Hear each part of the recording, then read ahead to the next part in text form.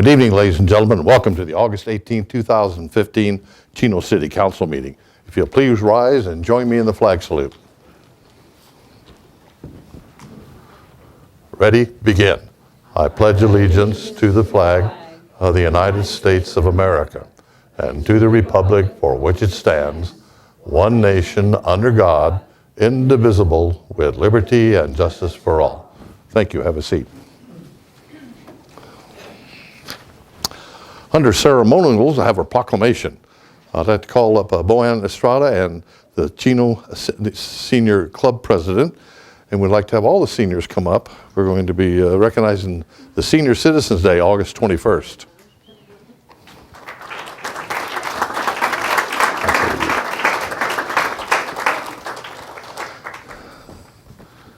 You've been eating too many donuts. I run into them at the donut shop all the time.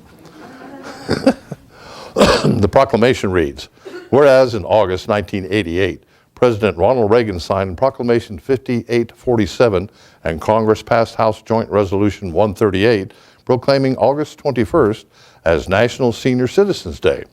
And whereas throughout Chino's history, senior citizens have been at the forefront of progress, serving as the vital members and leaders of businesses, families, community organizations, churches, and dedicating countless hours of volunteer service to the community. And whereas the city of Chino was dedicated to enhancing the quality of life for all senior citizens through recreational programming, educational classes, excursions, and civic engagement. The city also recognizes the value of intergenerational exchange opportunities that allow youth to benefit from engaging with and learning from the knowledge and experience that senior citizens passes. And whereas the city of Chino, through the Healthy Chino Coalition, is dedicated to increasing healthy lifestyle options for all members of our community, including senior citizens who, due to improved health care and healthier living, are one of the fastest growing populations in the city of Chino. And whereas the Senior Citizens Club of Chino serves as an advocate, giving voice to seniors throughout Chino, and has been instrumental in working towards the continued growth of senior services, including the creation of the Chino Senior Center for more than 20 years. And whereas for the many accomplishments throughout their lives and for all that they continue to contribute, senior citizens are owed a debt of gratitude and a commitment that Chino will remain a good place in which older Americans can participate to the fullest and lead lives of independence and dignity. Now, therefore, I, Dennis Yates, Mayor of the City of Chino, do hereby proclaim August 21st, 2015 as Senior Citizens Day. We'd like to present that to you. Thank you. Say a few words. Yes, thank you, Mayor Yates. I would like to thank you and City of Chino for all the birthday cakes that are provided to the Chino Senior Center and the ice cream on the Senior Day on Friday. And we really appreciate it. We all look forward to it. And it's an honor to receive this proclamation. And thank you so much. It's an honor to present it to you folks. And I know you guys are really getting with it over there all the time and all your trips. And I know you guys are doing a great job and want to continue to do so. Congratulations. Good to see you. Thanks for coming this evening. You kiddo, you. Let's give a round of applause. Thank you. Our next ceremonial is I'd like to call up Gloria Smith and Josh Munch to come up.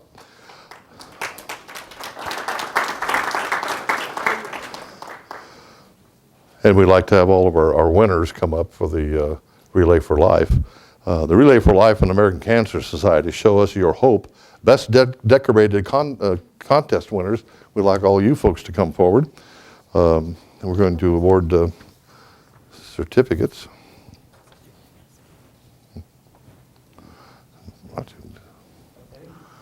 I want to thank the City of Chino for your continuous support of our Chino Relay for Life. We did have our event this past August 1st and 2nd. This year, we did surpass our $2 million raised mark for the City of Chino as an event as a whole. So that was a big accomplishment for the City of Chino. This year, we've raised a gross of over $250,000 for our event just for this year alone. All right. And another really cool thing that we did this year was we are currently the #1 relay in the state of California for ACS CAN memberships.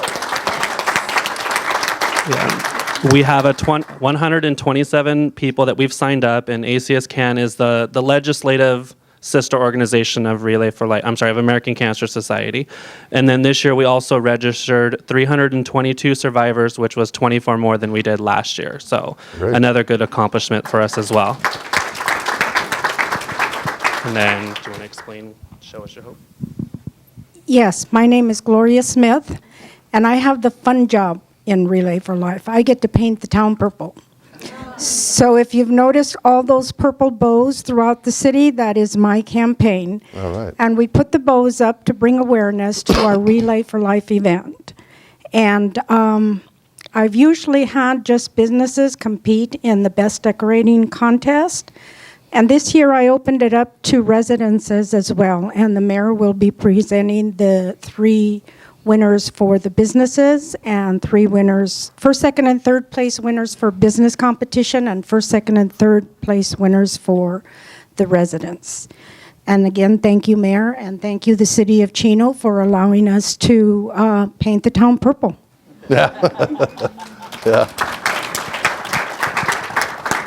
I'd like to start off with the third place business participant, and the award goes to Shell Roofing. We also have a certificate from Supervisor Hagman and American Cancer. So you get 3 of those. Congratulations. Good job. Oh, you did all the work? Yeah, okay. Next, in second place, the Chino Valley Chamber of Commerce.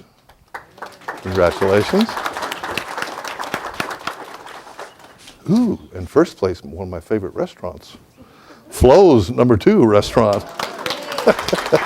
Good job. Biscuit and gravy. Ooh. Now for the individuals.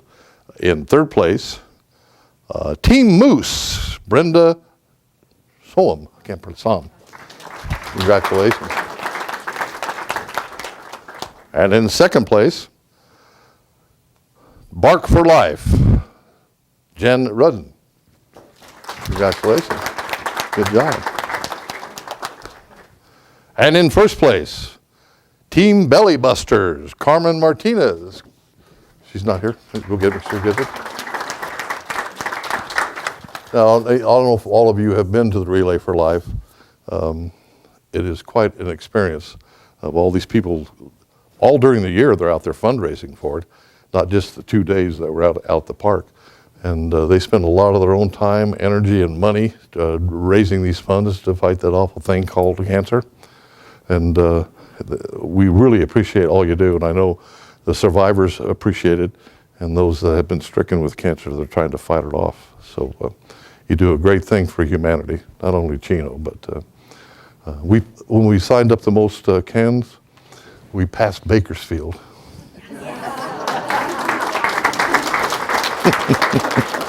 So that's something that we continue to go back and forth to Bakersfield. But you guys do a tremendous job and want to keep up the good work. Let's have a big round of applause for all of them.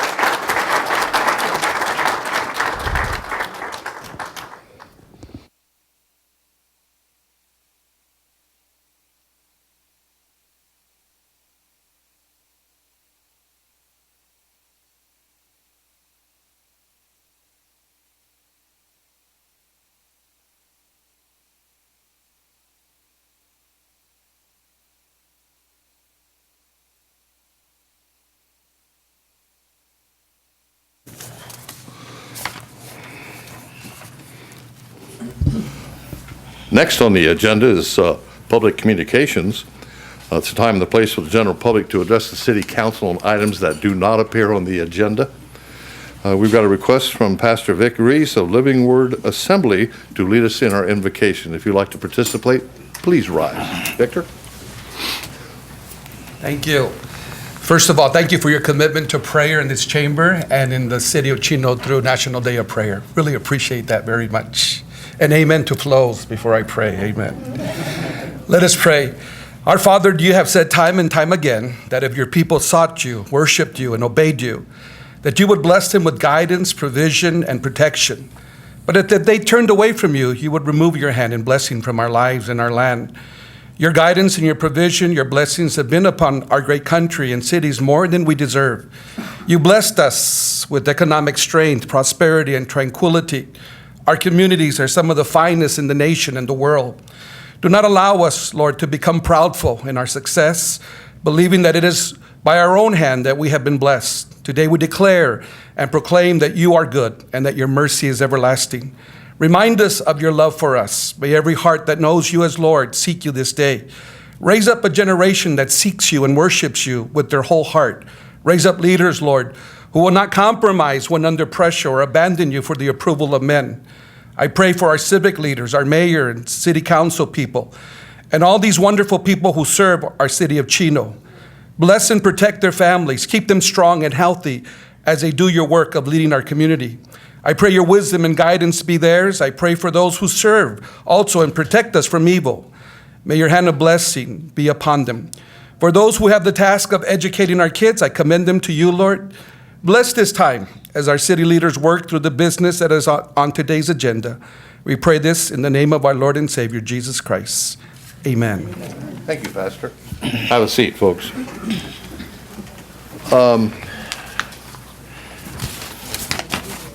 I have one written request to speak under public communications, and that's a Mr. Tom Lawrence.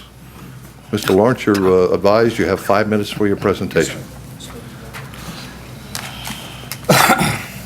Honorable Mayor, City Council, City staff, I appreciate this opportunity to present my case. My name is Tom Lawrence, and I reside at 4208 Riverside Drive here in Chino.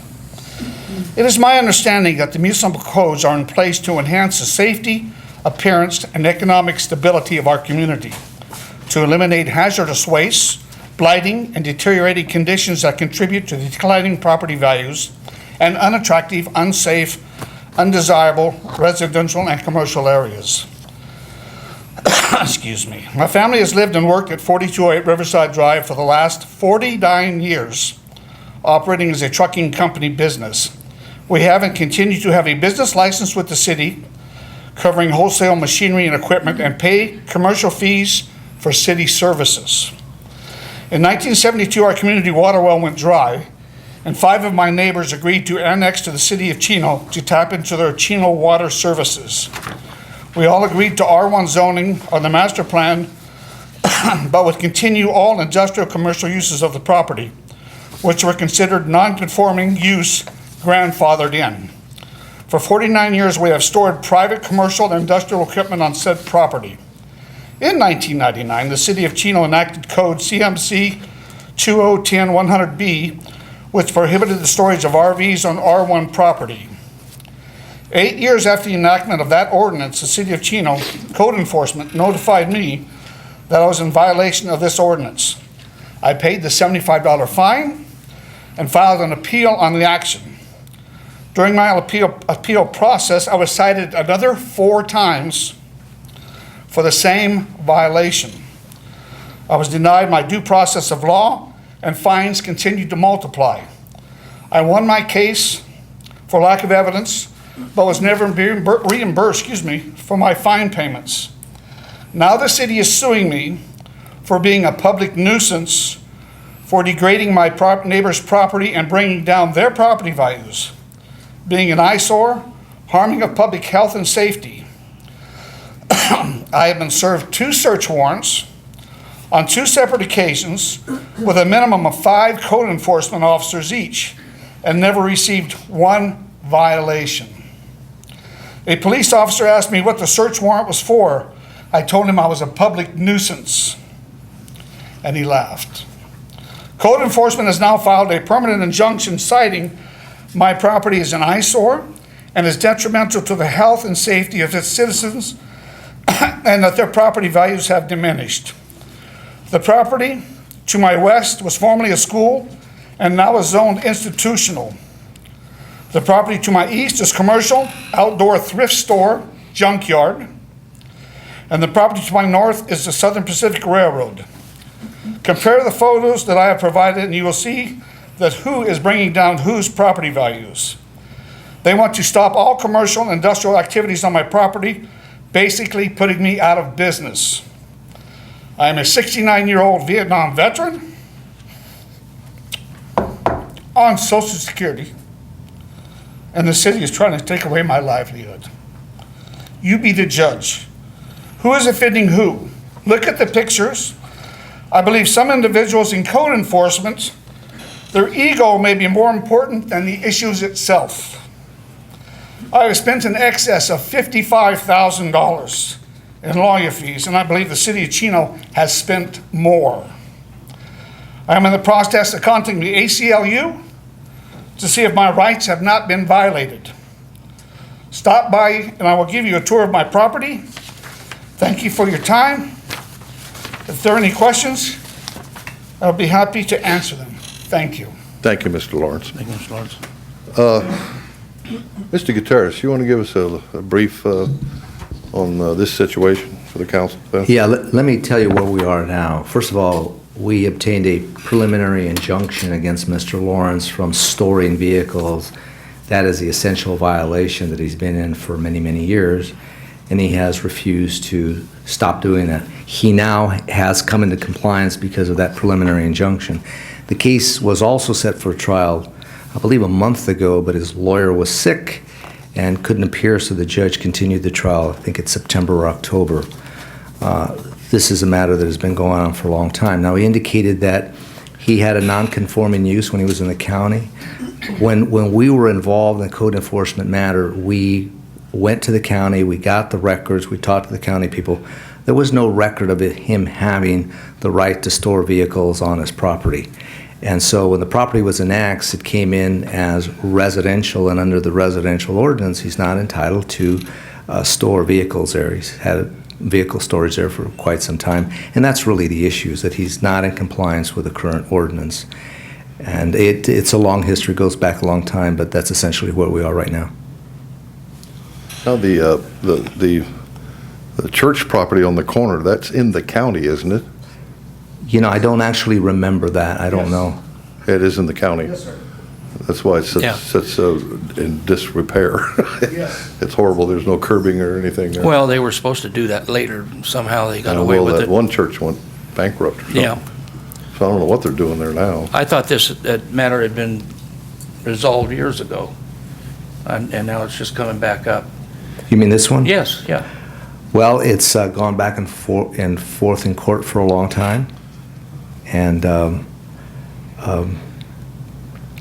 we're involved because there's non-compliance. Okay, well, let me ask you this. The business to the east of him would be in a non-complying use also, wouldn't it? Well, The antique store and the thrift shop and all that, if it's R1. It depends. I don't know the circumstances about that store. I haven't been involved with it. The only matter in that area that's been brought to our attention by code enforcement is this particular property, and the reason is that Mr. Lawrence was storing vehicles there, which was not permitted by our ordinance, and code enforcement made many efforts to try to get him to remove the vehicles voluntarily. He wouldn't do it, so we went to action. We actually started with an administrative citation, and he took us to court on that. We had a trial on that. We won that case.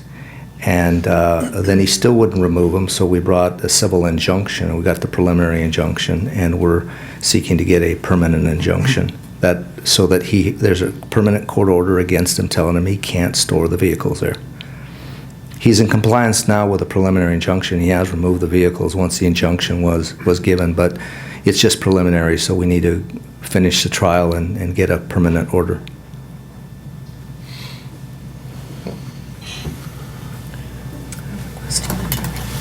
Are you done? Yeah, I'm done. Okay. Eunice?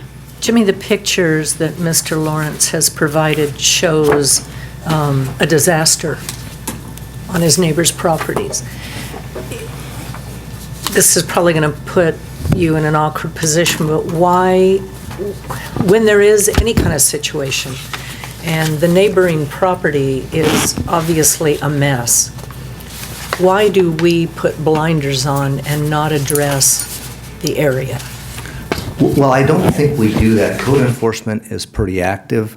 If the property next to him is not in compliance with the code, and I'm not a judge of that, I haven't reviewed it, it's not been brought to my attention, but if it's not in compliance, it's my belief that code enforcement has been working with the property owner to come into compliance.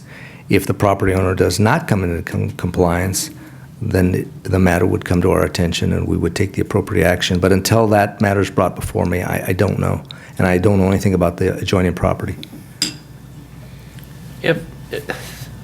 I guess my point I wanted to make was, in the R1 zoning, vehicles are not allowed to be stored, correct? Correct. Right next door to him is the same zoning, and he's not complying with it. Right.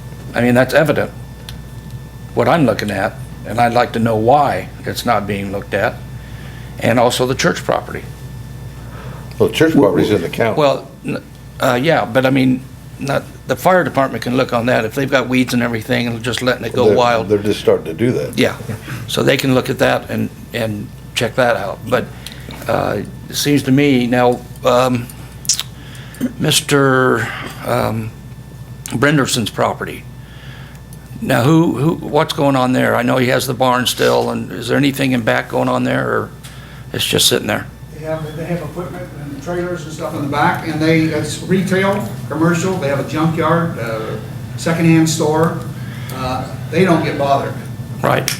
I get bothered. Okay, well, I think we need to check into this and get to the bottom of it. Code enforcement take a look into the code. I think one of the questions is jurisdiction. And there's some, well, I think another question, though, is the non-complying use. Just because we changed the ordinance to make them non-complying, we can't force them to do it, not unless the property is vacated for 6 months. That was my understanding. Well, that's true, and we've always honored that. Okay, we've always honored that if there's a non-conforming use, usually because it was permitted in the county, we honor that. But there are many instances where that's not the case. I mean, I can think of several that we've dealt with in my office where the individual has a use. They claim to have a non-conforming use. We check with the county and we find that that is not the case. That's what we did in the case of Mr. Lawrence. That issue was tried. We tried it before Judge Stanford Reich when he was here in Chino. And we presented all that evidence. Nick Liguori was our witness. He testified on it. And we had done the work with the county. We had all the county records. I think we even had someone from the county testify in court to the effect that there was no right that was ever established by Mr. Lawrence to store vehicles when he was in the county before it was annexed to the city. Otherwise, we would have permitted it because we always do that. Well, something doesn't sound right to me. Well, staff will follow up and take a look at the paper. Yeah, I mean, I think we have to look at it as a non-conforming use. If we do it for other people, I don't know why we can't do it for this one. And I guess what I want clear is if he annexed into the city of Chino thinking he could still do that, then there should be some documentation or something of that. Well, I can tell you we've reviewed that documentation. I don't remember it I all. know evidently we've allowed the trucking company to stay, Well, and that's not allowed in that use. we would have to look at it because, number one, you could be right, it's not permitted, and we should take action against it. But number two, it could have been a non-conforming use in the county. I don't know the answer to that question. When we have with these issues, and we've had many over the years, it takes a lot of effort to get the records from the county. We actually literally have to go into the county offices in San Bernardino and meet with the planning people and pull out the records because they don't normally pull them out for us. And I remember Chuck Coe and I went down there once on the Merino Ranch property because they were alleging that they had a non-conforming use.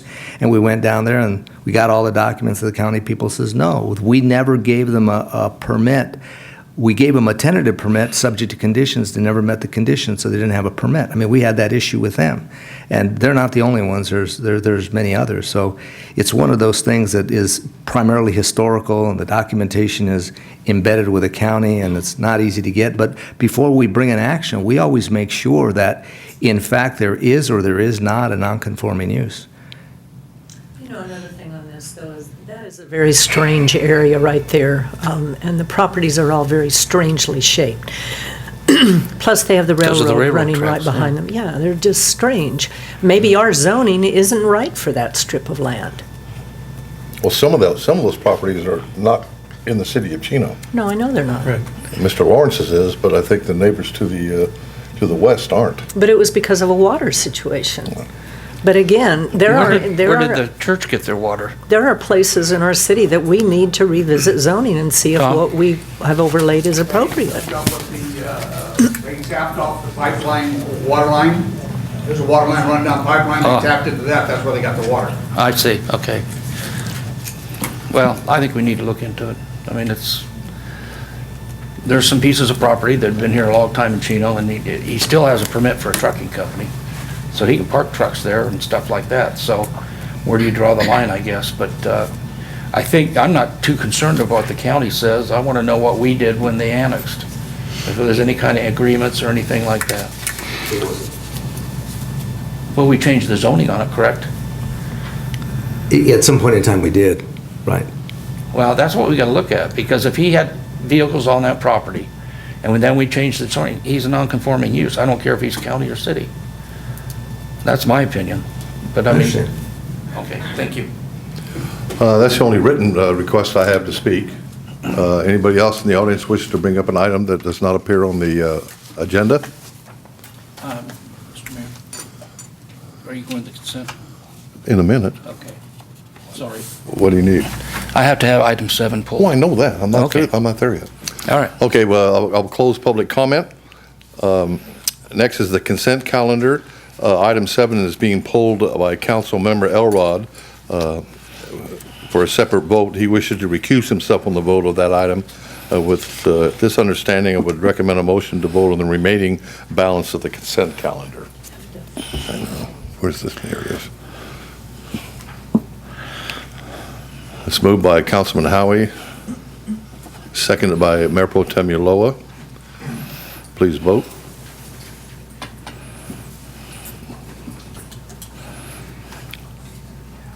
We have 4 yes and 1 recused, and that'd be Councilman Elrod. I would entertain a motion for item 7.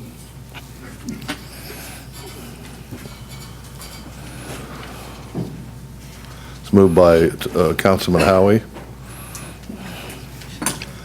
Second by Mayor Pro Tem Uloa. Please vote. Item passes in the majority, 3-4. Okay. Under new business, item 17, authorization for additional work, Benson Avenue potable pipeline improvements, Tronkill Avenue water main, storm drain, and street improvement project. Our staff report this evening is by our Assistant City Manager, Public Works Director, Mr. Jose Allaire. Mr. Allaire. Thank you, Mayor and members of the City Council. On May 6, 2014, the City Council awarded one contract for 4 projects in the amount of $1,119,114.99. The project includes Benson Avenue water main, Tronkill Avenue water main, Tronkill Avenue storm drain, and street improvements in this area. Due to the close proximity of these 4 projects to 16th, 17th, 18th, and Serene Streets, the City Council approved a contract change order in the amount of $386,000 on July 15th of 2014, and that was due because it was similar work that was going on in that area. Now, the total project contingencies approved for these is $132,000 to date. During construction, the contractor discovered several unforeseen underground issues. Due to these issues, the contractor required more time, equipment, and materials to complete the job. Therefore, staff is requesting an additional $60,000 for project contingencies, and if approved tonight, this will bring the total contingencies to $192,000. This concludes my report on this item. Thank you, Mr. Allaire. Prior to council comments or questions, I'll open this for public comment. Anybody in the audience wishing to address the council on this item may do so now. Seeing none, I'll close the public comment. Any comments or questions by council? I would entertain a motion. It's moved by Councilman Howie, seconded by Councilmember Elrod. Please vote. Item passes forward with 1 absent. Item 18, award of contract, traffic signal modification, Chino Avenue at Ramona. And our report again is by Mr. Allaire. Mr. Allaire. Thank you again, Mayor and Council. The Public Works Department applied for and received a federal grant to install left turn arrows and upgrade traffic signal equipment at the intersection of Chino and Ramona. Plans and specifications were prepared to comply with federal standards, and a notice inviting bids was published locally. On July 15th, we received 10 bids. On the day of the bid opening, staff received a bid protest from Highlight Electric, who was the third lowest bidder. The protest related to the Disadvantaged Business Enterprise, or DBE, submittals of the first and second lowest bidders. The DBE is a federal requirement to assist minority and small businesses in the competitive bid process. Staff and the city attorney investigated the merits of the protest and determined that both first and second low bidders completed and submitted all the required DBE documents per the project specifications. In addition, staff received a letter from Unique Performance Construction, Incorporated, the lowest bidder, requesting approval to withdraw their bid due to mathematical errors in their bid calculations. Staff found the errors in the bid documents and recommends approval of withdrawing this bid. So with that, ProTech Engineering Corporation of Anaheim, California is deemed to be the lowest responsive and responsible bidder with a bid in the amount of $149,500. In addition, staff's requesting authorization to spend $14,950 for contingencies, bringing the total project cost to $164,450. That concludes my report on this item, Mayor. Thank you, Mr. Lair. Prior to council questions or comments, I'll open this for public comment. Anybody in the audience wishing to address the council on this item? Quiet group. I'll close public comment. Any council comments? Our item is moved by Councilman Elrod, seconded by Mayor Pro Tem Ulloa. Please vote. Passes 4 yes with 1 absent. Item 19, award of contract, bulk salt. Mr. Lair. Thank you again, Mayor. It's an exciting one. Yeah, bulk salt or salt is utilized in our water treatment process to remove contaminants from groundwater at the city's Benson Avenue Water Treatment Facility and for the new East Side Water Treatment Facility in Ontario, which will begin operation later this year. The city has fulfilled its maximum term allowed under the current contract and can no longer be extended. Because of this, we initiated an invitation for bid for bulk salt on July 14th, 2015. Cargill submitted the lowest bid for the annual purchase of salt at a cost of $117.06 per ton. Therefore, staff's recommending that the City Council approve a contract to Cargill in the amount of $600,000 for this fiscal year. That concludes my report on this item. Well, prior to council questions or comments, I don't know why they want to talk about salt, but slow night. Anybody in the audience wishing to address the council on this item? Seeing none, a closed public comment. Mr. Howie. Yeah, Jose, how much salt do we get for $600,000? I mean, I mean, is it like? A lot of salt. That's a lot of salt. A lot of salt. Is that for like 1 year? That's for 1 year, and that will carry us through for the Benson Avenue treatment plant. And when we fire up the East Side facility, which we're going to go into testing mode and will require salt for that, based on the information we have and the quality of water that we know at this point, we believe that this is going to be enough salt, which is still a lot of salt, to carry us through the end of this fiscal year, and then we'll come back to council with our proposal for next year. Okay. Mayor Pro Tem Ulloa. Jose, who or what company does the CDA buy their salt from, and what do they pay? That I don't know the answer to that. I can certainly find out and get that to you. Okay, thanks. It might pay to... Aren't you on the CDA? No, not anymore, You Tom. used to be. You didn't know how much you're paying for salt? Not right now. They go out to bid too. It might be How much do they pay for salt? advantageous to partner up with them, and do a larger buy. We might get a better break that way too. Yeah, well, when we buy it in bulk, again, we get a very good price. And that's, matter of fact, this company here is who we've used for the last 3 years. They, again, were the lowest bid that we received, and they gave us good customer service as well. But I can certainly look into that. Any other questions? I entertain a motion with the bulk salt. Moved by Mayor Pro Tem Ulloa, seconded by Councilman Howie. Please vote.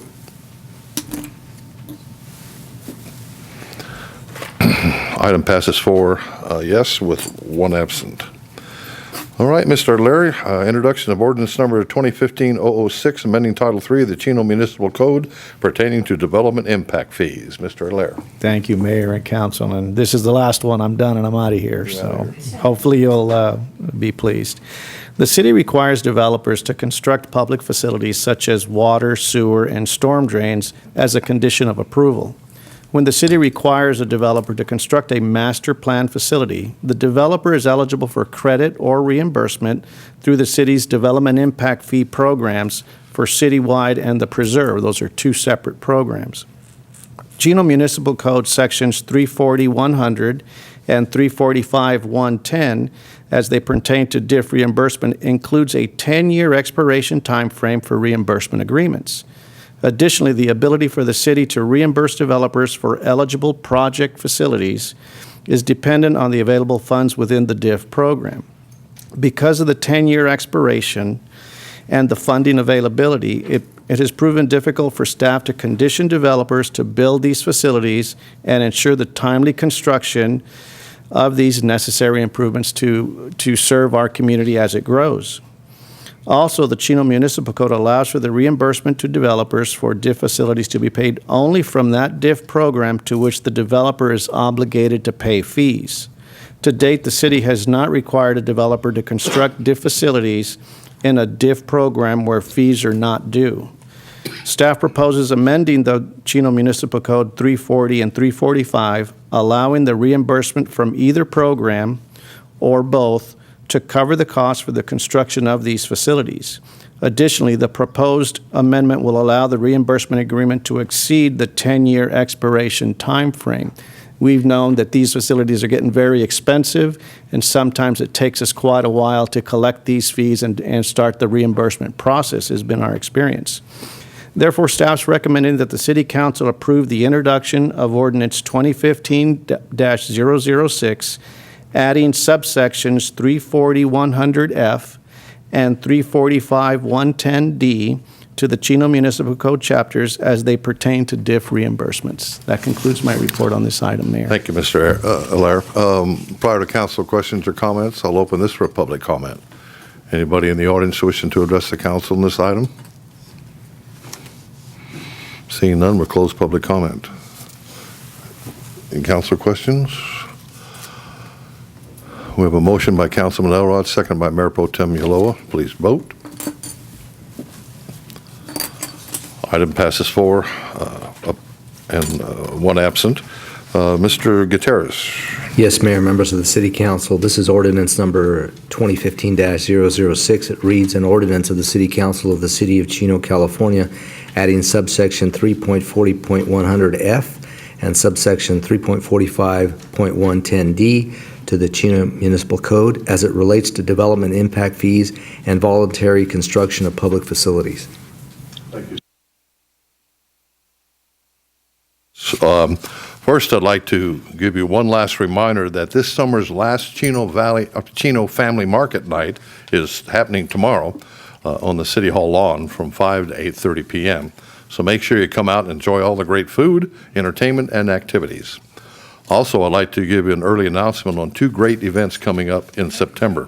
First, on Saturday, September 19th, make sure you come out for the Chino Cultural Palooza. Easy for you.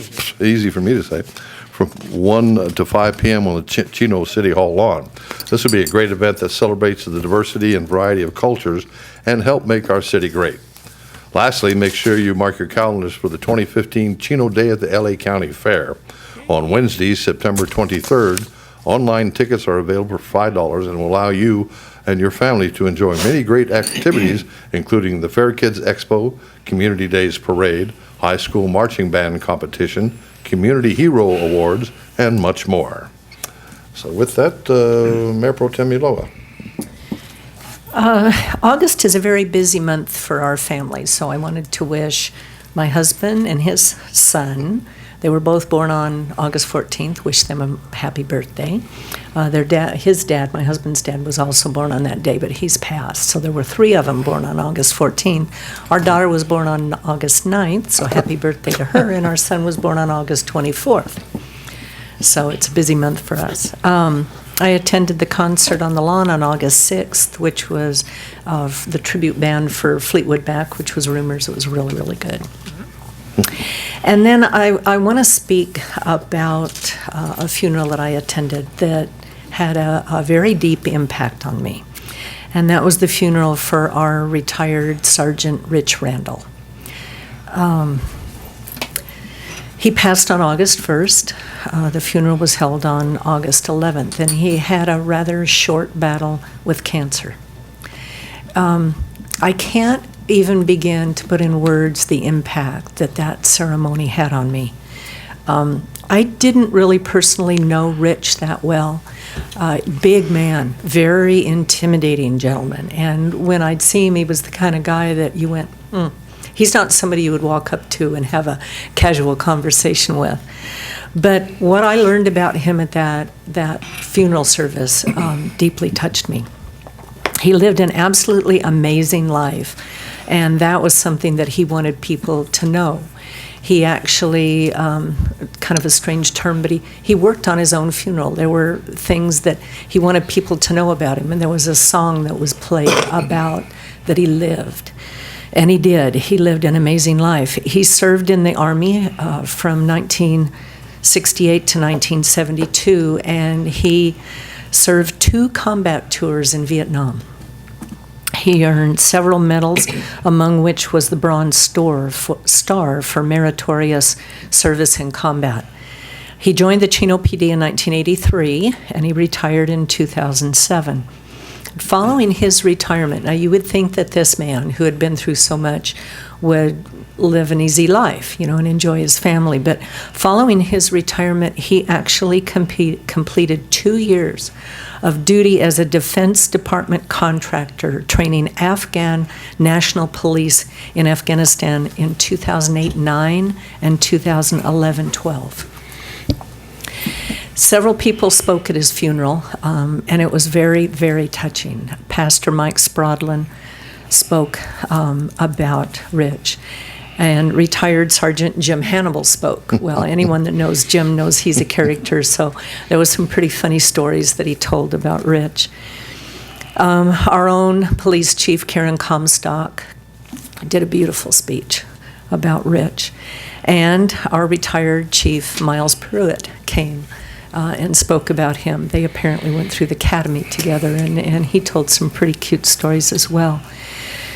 Rich's sons, Cole and Shay Randall, both spoke, and that was, I think, some of the most touching comments that were made. And then his wife's aunt, Carmen Roman, also spoke on behalf of Rich's wife.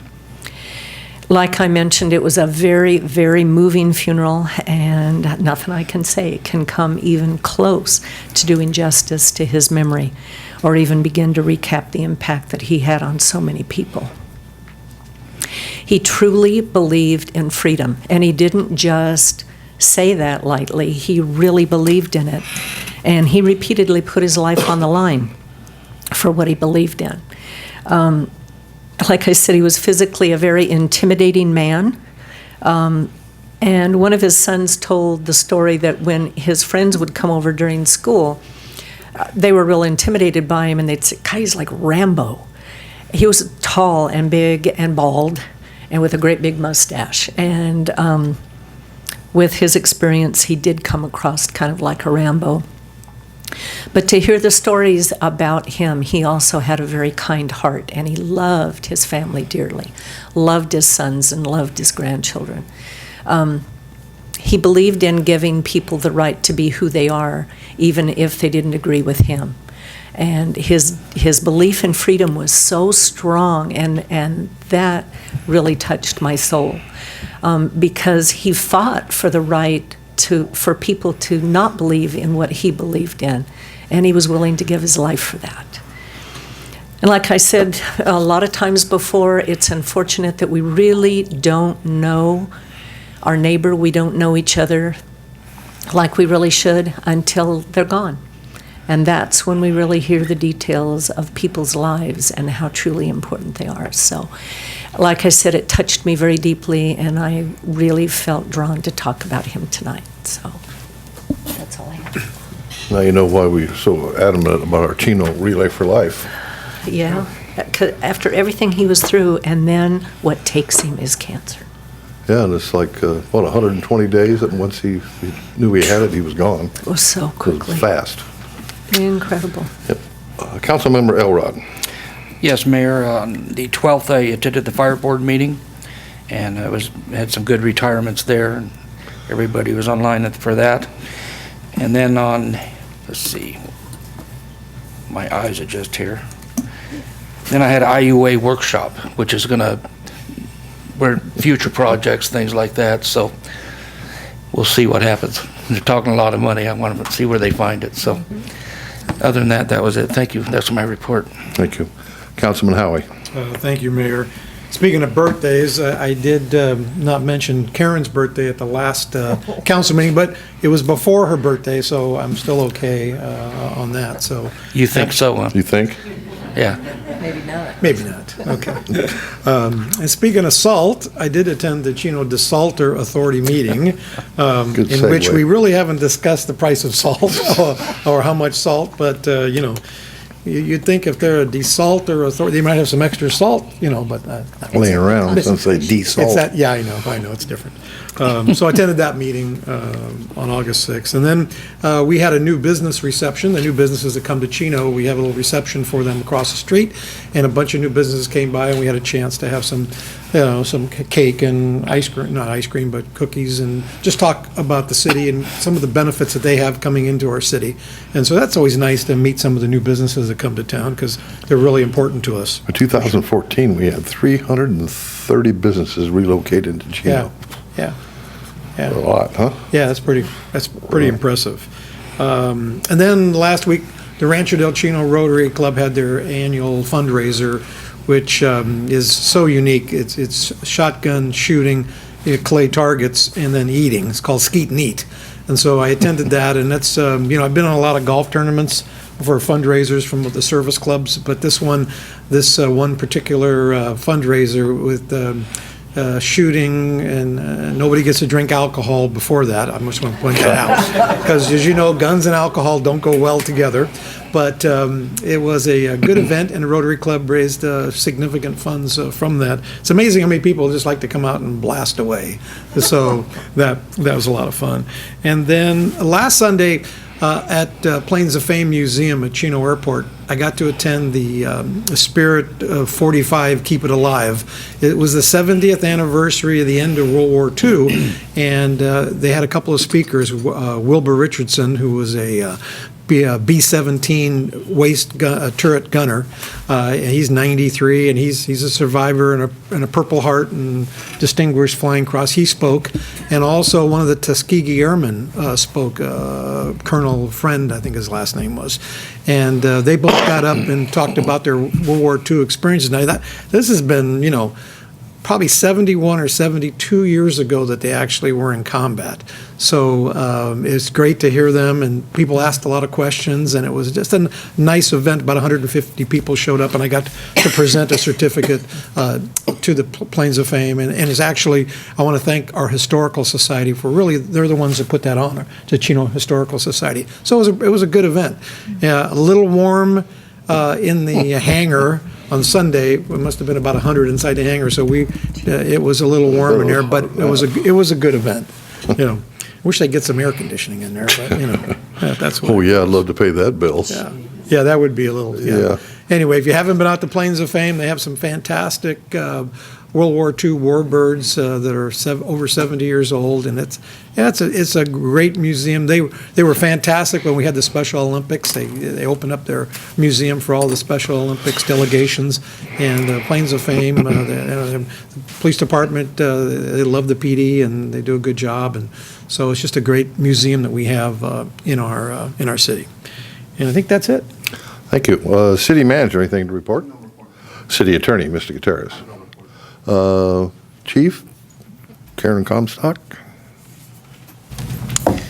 Good evening, Mayor and members of the council. I wanted to talk with you just briefly about our second installment of Coffee with a Cop.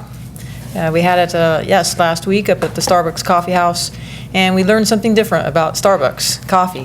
While we had a lot of engagement with a lot of community members, Starbucks coffee goers like to get their coffee, and they really want to leave. On the way to work. So they are on a mission there in the morning to get their mocha frappuccino or their coffee, their hot coffee, whatever it is their heart desires. So we did get to speak with a lot of people, but very, very briefly. I was going, Yes, exactly. So, Mayor, thank you for joining us out there a little bit. And I can never remember the sizes, whether it's a breve or this or that, so I had to order old-fashioned. But we are actively seeking our third location to host Coffee with the Cop, and we're probably going to be looking for a little different also section of town so we can reach some more engagement. But thank you for your continued support of that. It's been a big community hit, and we're looking forward to hosting our third installment. And Mayor Pro Tem Ulloa, thank you for your kind comments about retired Sergeant Randall tonight. Thank you. Thank you. Fire Chief Shackelford, anything to report, sir? Could you update me and the public about when did you start your clearing the weeds and stuff? Was just recently, wasn't it? So actually, I could defer to our fire marshal. Oh, He okay. happens to be here He's tonight. sitting right there. Why don't you Chief, come on up and, It was great timing. Thank you for that. yeah, when did that start? And then tell us the consequences if you don't clear the bushes. We're just starting to approach the fall weed clearing, and all the weeds need to be cleared by May 28th to be in compliance for the fall weed clearing. May? I'm sorry, August 28th. Oh, I don't know I why I was said gonna May. August 28th, yes. Okay. We just had our spring one, and that just was completed, and now we're in our fall one. So it is August 28th. They have to be cleared by that time to be in compliance. And if they don't get it done, they're cited? If they don't get it done, starting on August 29th, we will go out and review all the parcels, and then from there determine a citation would go out. And if they're not cleared, the district will hire a contractor that will go out and clear, and then those They get fees the will bill. be charged back along with the penalties to the property owner. Okay, well, I appreciate that. So you folks be aware that they're out there and you better get your weeds cleared. Thank And you. obviously, there's a good reason behind it, keeping the Oh, yeah. weeds cleared, especially right now with the dry conditions, and to prevent any fires on property or leading to a fire that may lead to a house or something that could destroy vehicles or other types of Sure. things on property. Well, appreciate the heads up. All right, you Thanks. bet. Thank you. Thank you. Okay, we'll stand adjourned. The next meeting of the City Council will be held on Tuesday, September 1st at 7 p.m., 6 p.m., closed session if necessary. We stand adjourned. Drive safely.